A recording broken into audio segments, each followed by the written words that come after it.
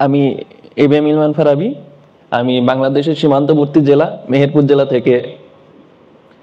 আমার জার্নিটা যদি বলতে যাই তাহলে আমাকে অনেক পিছনে যাইতে হবে, কারণ আমি 2016-17 সালে প্রথম ইন্টারনেটের অ্যাক্সেস পাই। 2016-17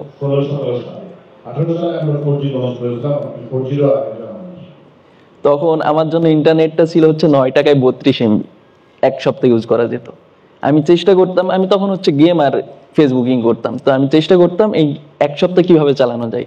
ইউটিউবে ঢুকলে তো আমার বেশি এমবি কেটে যাবে, মাঝে মাঝে ঢুকতাম, কিন্তু ওটা থাকতো লো কোয়ালিটির ইন্টারনেট, মানে লো কোয়ালিটির ভিডিও দিয়ে অল্প একটু দেখে চলে আসতাম। আমার মাথায় সবসময় ঘুরতো এক সপ্তাহ আমার চালাইতে হবে।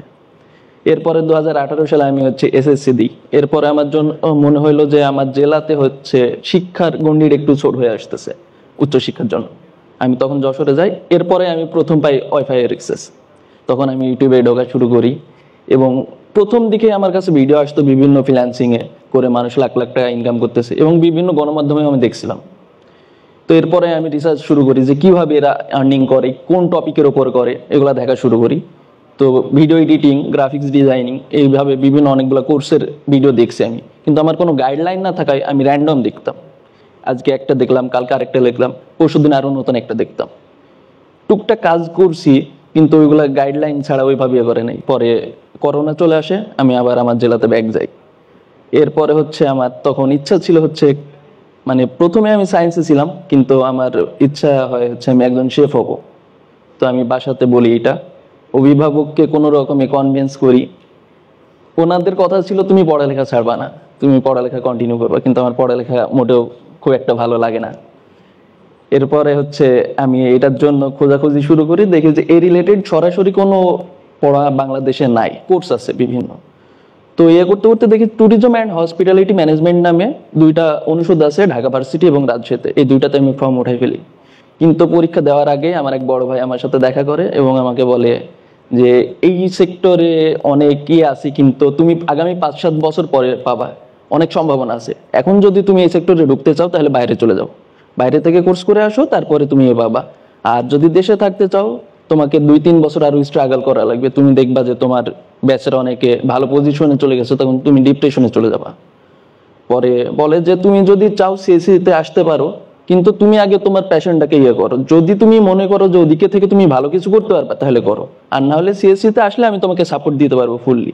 পরে আমি ইস্ট ইউনিভার্সিটিতে ভর্তি হয়ে যাই কোনো কিছু না ভাবার পরেই। এবং আমাদের হচ্ছে করোনার পরে ঈদের আগে আগে ভার্সিটি হচ্ছে রিওপেন হয়, মানে সরাসরি আসে। তো রোজার 2 মাস আগে হচ্ছে আমি ঢাকাতে আসি, এবং আসার পরে আমার কাছে মনের ভেতর একটু কেমন লাগে যে বাসা থেকে টাকা নিব, এত বড় ছেলে হয়ে গেছি, আমার কাছে একটা খারাপ লাগা শুরু করে। তো একদিন আমি ফেসবুকে ফুড পান্ডার একটা দেখি, আমি ওখানে অ্যাপ্লাই করে ফেলি, এবং ওয়াকিং রাইডার হিসাবে আমি ফুডও ডেলিভারি করছি 2 মাস। এরপরে আসে রোজা, এবং আমার ক্লাসের রুটিনও চেঞ্জ হয়ে যায়। এরপরে আমি ওটা কন্টিনিউ করতে পারি নাই, কারণ আমাদের ওই সময়তে বাসাতে বউও পাইছি না। আমি 5 জনের রান্না করতাম, প্লাস ক্লাস করতাম, এবং ওই ফুড পান্ডায় হেঁটে হেঁটে ফুড ডেলিভারি করে এসে আমার আর হইতেছিল না। পরে ওইটা আমি ছেড়ে দিই, টিউশনি খোঁজা শুরু করি, এবং একটা টিউশনি পাই। 1 বছর পড়ানোর পরে ওইটাও চলে যায়। ভার্সিটিতে 2-3 জন মিলে আড্ডা দিতেছিলাম ডিপার্টমেন্টে।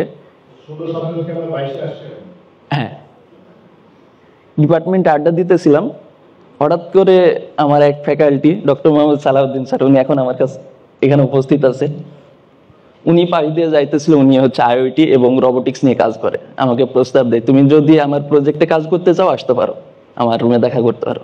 এবং আমি ওনার সাথে কাজ করা শুরু করি। এরপরে আমার টিউশনিও থাকে না, আমি ওনার সাথে কাজ করি, বিভিন্ন রোবোটিক্স ড্রোন বানানো শুরু করি।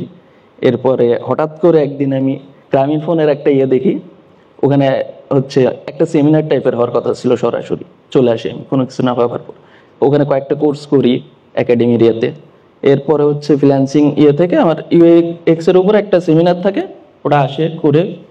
তারপর হঠাৎ করে একদিন আমার কাছে মেল যায় যে ইউএক্স এর উপরে ফ্রিল্যান্সিং ফ্যাক্টর নামে একটা হচ্ছে, কোর্স চালু হচ্ছে, তুমি অ্যাপ্লাই করতে পারো। আমি অ্যাপ্লাই করে ফেলি, এবং একদিন আমাকে ইন্টারভিউর জন্য ডাকা হয়, ইন্টারভিউ দিই, ওরিয়েন্টেশন প্রোগ্রাম হয়, আমি আসি। এখানে আসার পরে আমি জানতে পারি ওয়াটারপ্রেস নামে একটা কোর্স চালু করা হয়েছে। হ্যাঁ, কংগ্রেচুলেশন। আপনি বলবেন যে আমরা